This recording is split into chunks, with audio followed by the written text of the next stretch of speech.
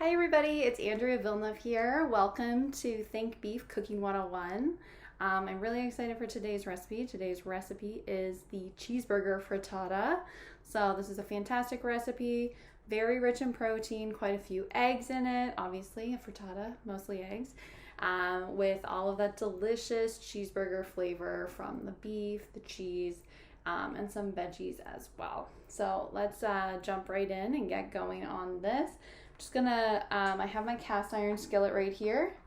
I'm just sort of heating it up now to get it ready for when the beef goes in. You'll notice that the handle here is, it doesn't have any plastic on it or anything. It is oven safe as well because that's an important part of this recipe right here. Okay, so while that's heating up, just want to go over a few things. First of all, I want you guys to wash your hands, warm water and soap, 20 seconds, about how long it takes to go through singing happy birthday.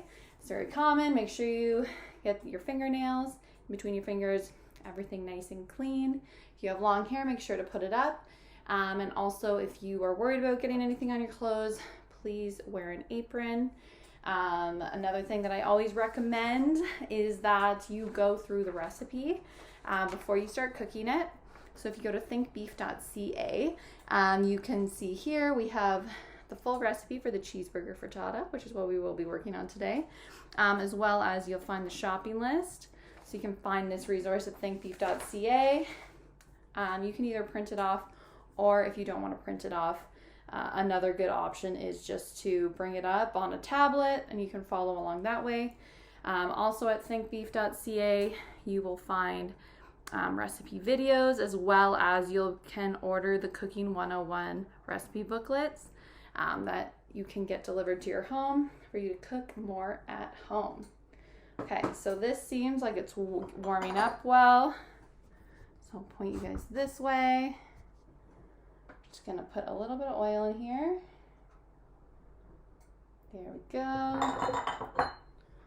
And we will add our nice lean ground beef.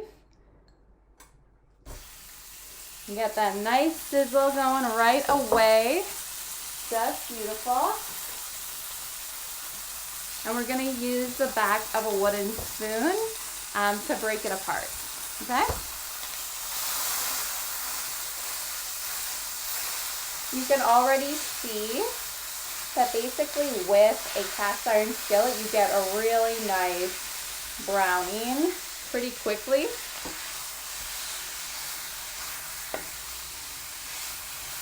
So we're just aiming to brown everything up, so no pink remaining. And you're aiming for a final temperature of 160 degrees Fahrenheit or 71 degrees Celsius. Okay.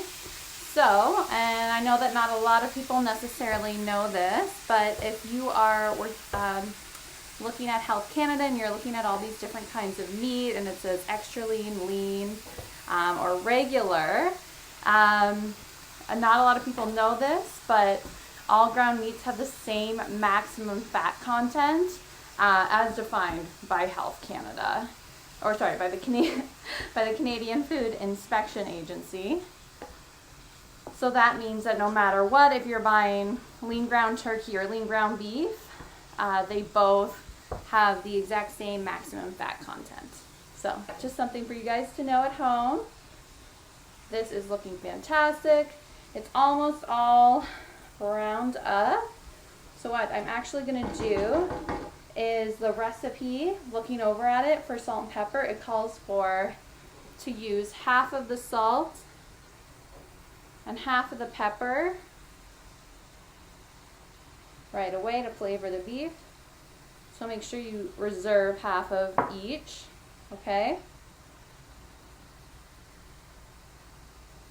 There we go. And I'll just stir that all up. This should take about 8 minutes or so to make it fully brown. To just cook it all up here. Just stirring it. I'll give you guys another sneak peek at it. looks so good. It smells so good already. Nothing too crazy going on. You can kind of get an idea. Yum, look at that. Okay, so moving on into the next step, I'm going to show you guys the eggs. You can see here I have some white and brown eggs. And just so you guys know, there is no nutritional difference between white and brown eggs. I know a lot of people happen to think that brown eggs are healthier, but that's not actually the case. It just happens that they came from a brown hen. Okay, so we have our bowl. And I'm just gonna, so basically this mixture that we're gonna do here is really nice to know, a really good food skill to know, because basically all we're doing is we're taking these eggs and cracking them in here.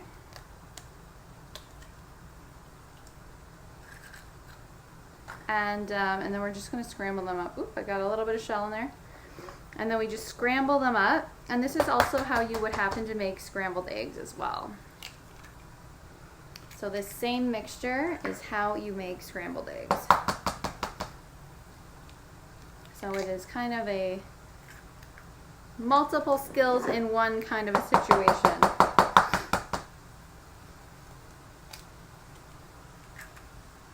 And just another hint, when you are cracking eggs, you do want to make sure that you are hitting it on a flat surface, not on a corner.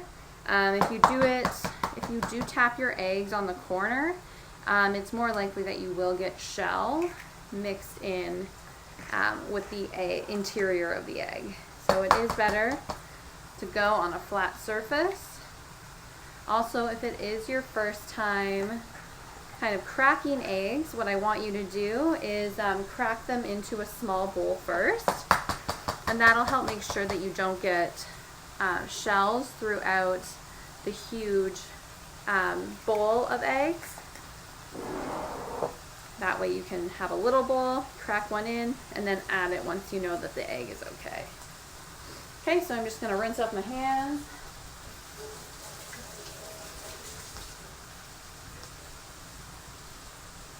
Here we go. Give the beef a quick stir.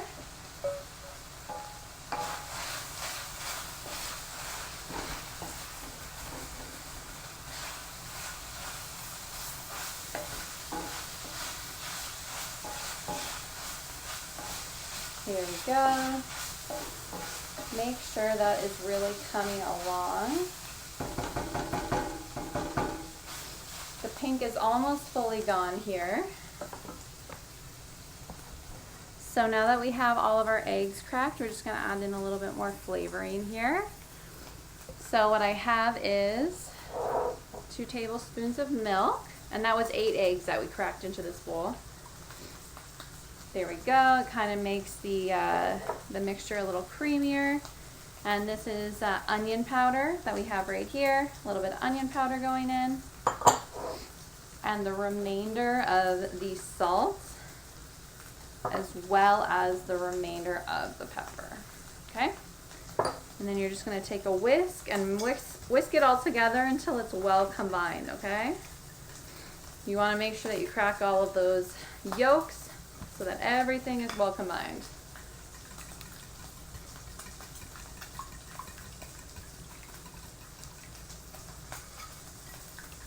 You can see you need a pretty big bowl for this, just because it can get messy if you don't have a big enough bowl here. You need enough room to make sure that everything's kind of moving around. Okay, I'm gonna have to whisk this a little more. Whoop! Yep, see, a little messy there. Okay, so what I want to do quickly is I want to show you guys, so the beef is done.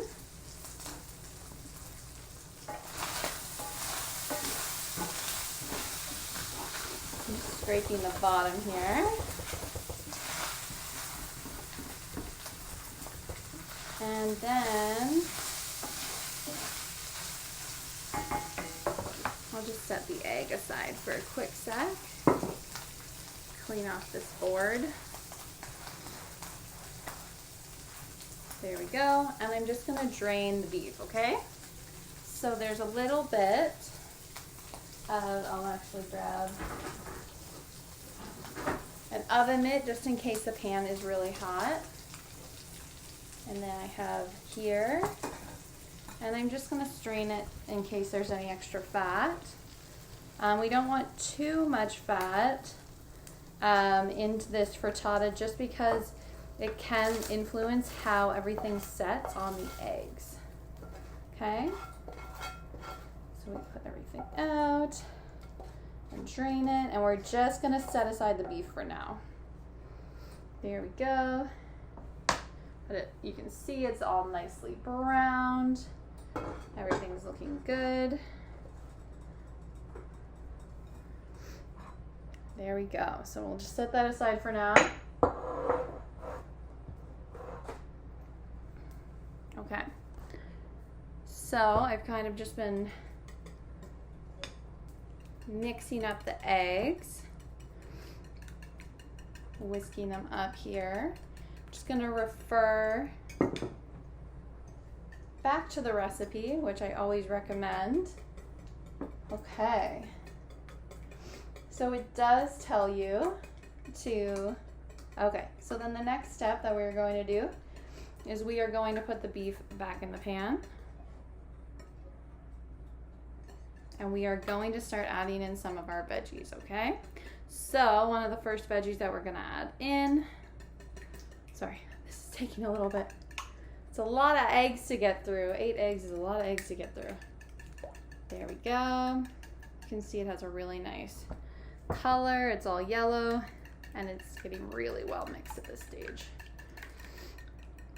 Okay, so I'll set that aside. I think that's pretty well whisked at this point. And now we're gonna, so basically turn this over to about medium heat. And now we are going to put the beef back into the pan. You can see that some of the fat and juices did come off. Okay, and now what we're gonna do is have a little bit of red onion in this.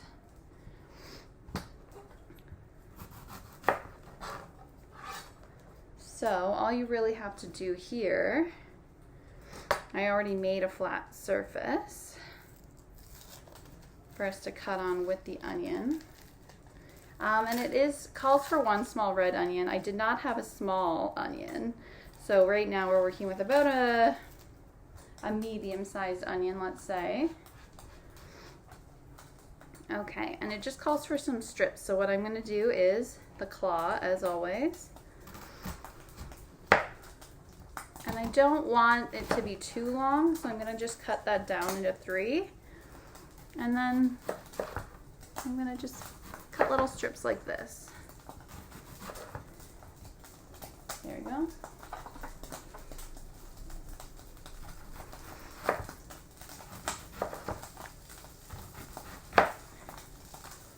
All looks good. And I would say that that's probably about the size of a small onion. So we'll take all of these and we'll put them into the pan with the beef. Here we go. So that it can cook down a little bit. You just want it to kind of not be quite as, you want to just tenderize them a bit so that when we do get the frittata done, you're not biting into raw onion, okay?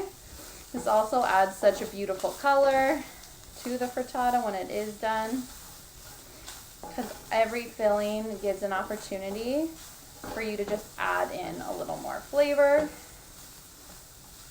And also onions are commonly used either as a topping for burgers, so it really plays into that cheeseburger flavor, or onions are usually actually mixed in directly with the burger patty. That's very common as well.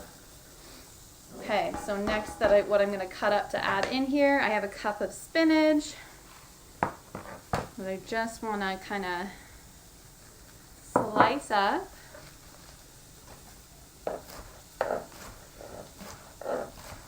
So it's the spinach is basically a more nutritious way to add lettuce basically on top of your burger. So this is a little bit of a heartier green.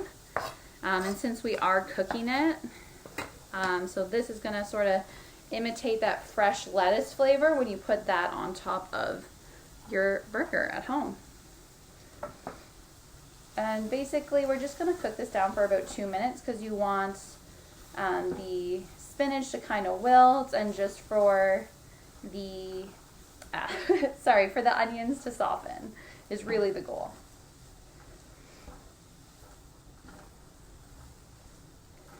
Okay, and as I mentioned before, so we did in fact drain the beef just because of we wanted to make sure that there's not too much extra liquid that will make it so that the egg doesn't set properly. So what I want to do now is we're going to add some tomato, also another very common ingredient to put on. So yes, a tomato is a very common ingredient to put on a cheeseburger. And normally I just cut up a tomato, easy peasy, because I don't really want to bother with de-seeding it. I feel like most recipes that call to de-seed a tomato, you don't really need to do that. But this is one exception to that rule. And the reason why you need to de-seed the tomato is so that not a whole bunch of water comes and sits at the top of your frittata, okay? So I'll kind of show you guys. We're just going to take our tomato and I'm going to just, you can already see all the seeds. I'm just going to simply take a spoon and kind of scoop them out. Just that easy. Nothing too complicated, and then you're left with the very fleshy outside. So it's not too bad at all. Woo. Good way to do this. There we go. Gotta make sure we get both sides. And it's pretty easy that way. Okay, and so with this tomato, I'm just gonna dice it up, but you can see all the seeds are removed, and you can see how watery that is. But usually if you're making something, you don't really have to, like if you're making something, you don't usually have to de-seed it at all. Okay, so now you can use your chef's knife or you can use your paring knife, whichever you prefer. I'll just use the paring knife here. Remember, you're using the claw. We're just cutting this now to a very small dice to add in, and you'll get a little bite of tomato, which will make you feel even more so like you're eating a real cheeseburger with this frittata. There we go. Also with tomatoes, some people find it easier to use knives with serrated edges. So you could do a similar thing that I'm doing here, but use a serrated edge if you felt like you needed to.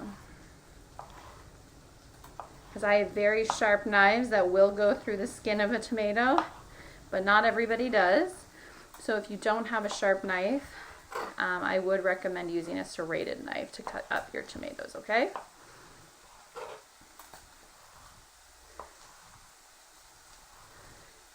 Okay, so there we go. Tomatoes are cut up nice and small. So I will just add these over to the pan. There we go. And you can just see all of the beautiful colors at this stage. Mixing the tomatoes in. You can see though that there's beautiful purple, green, and now we have the red going in as well. So very beautiful.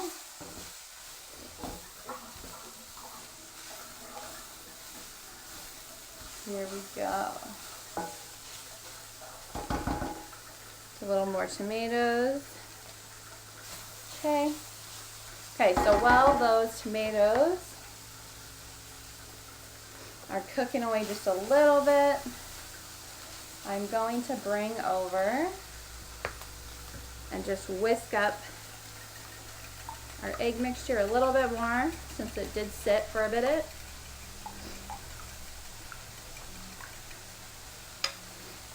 Our heat has now been turned down to low. So when it comes to cooking eggs, especially such a large quantity of eggs, you really want to make sure that it's on low, because otherwise the bottom will burn where the top can still be raw. So you want to make sure that you're cooking on lower heat, okay? There we go. We added the egg. Okay, now what I'm going to do is I'm just going to kind of take a fork and I'm going to kind of lift ingredients up as I work away. Here you guys can see it. And that just allows it so that the egg mixture, we know that it can kind of just basically get to the bottom. There we go. Okay. Beautiful, beautiful, beautiful. So this is on low heat and it's just cooking away.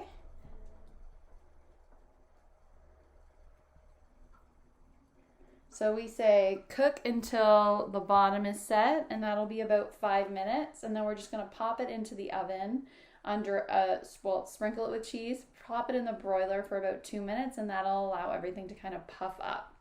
But I'll show you what I mean as it sets. There we go. Okay, so my hands are a little messy, so I'm just gonna quickly go and wash them. You can kind of see it's kind of like simmering away. You can see it's steaming, but yeah, this is kind of what you want. We're just sitting here and I'm gonna wait for it to basically solidify a little bit.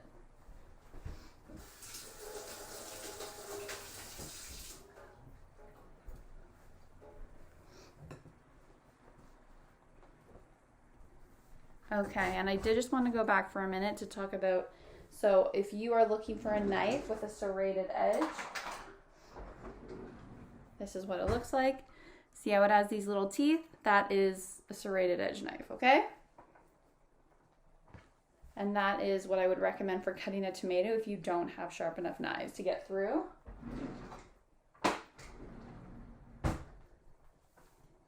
There we go. And as this is cooking away, I'm gonna just show you guys. Actually, I'm gonna turn on my oven here.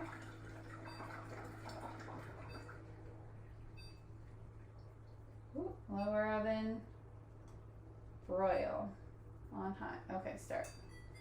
So you guys can already kind of see that this is solidifying, which I really like to show you guys, is that if you take a good look around the edges, you can already see that they're not as runny. The center is still pretty runny, but the edges are kind of just getting a little more solid, which is really nice. Just so you know, so this is how you make a frittata. You basically don't want to touch it after you've kind of, the start we kind of moved the ingredients up to the top a bit. If you were going to do a scrambled egg, what I would do is I would go in with the spoon and I would stir it every so often, and that would just give you some of these soft curds that is basically making a scrambled egg right there. Also, if you guys were going to be making something similar in terms of, if you were going to be making, what am I thinking? An omelet, for example, it would be very similar. You would just be doing a really thin layer of egg, and then you would be adding the toppings on top and then rolling that up. And that's how you do an omelet. So yeah, all of these things. Okay, so this is just cooking away. And it's getting pretty close, actually, to where it needs to be. Just kind of, you can tell the egg is cooking. I'm gonna kind of put quite a few ingredients in the center for this one, because it's kind of, the center's rising a bit. It smells fantastic. But there you go. We're pretty much there, I would say, where we'll be able to put it in the oven. So there we go. So next steps is what I'm gonna do.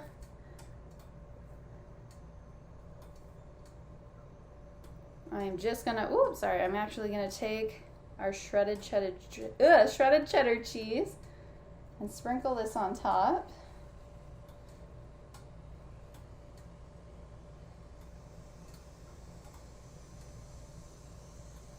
And I'm just gonna toss this in the oven to broil for about 2 minutes. There we go. And you'll know it's done when there's no real liquid remaining, okay? Here we go. Yum!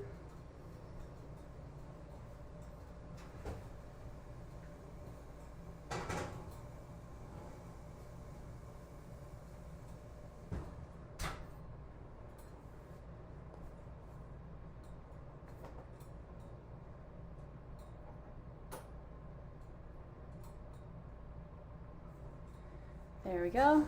Okay, so that just goes into the oven for about 2 minutes, and then once it's done, we'll just really have this really nice and delicious frittata. Okay, so we're just getting ready to take the frittata out of the oven. So I have something here just to work as kind of a hot pad. I'm just gonna grab it out. So we'll just turn that off.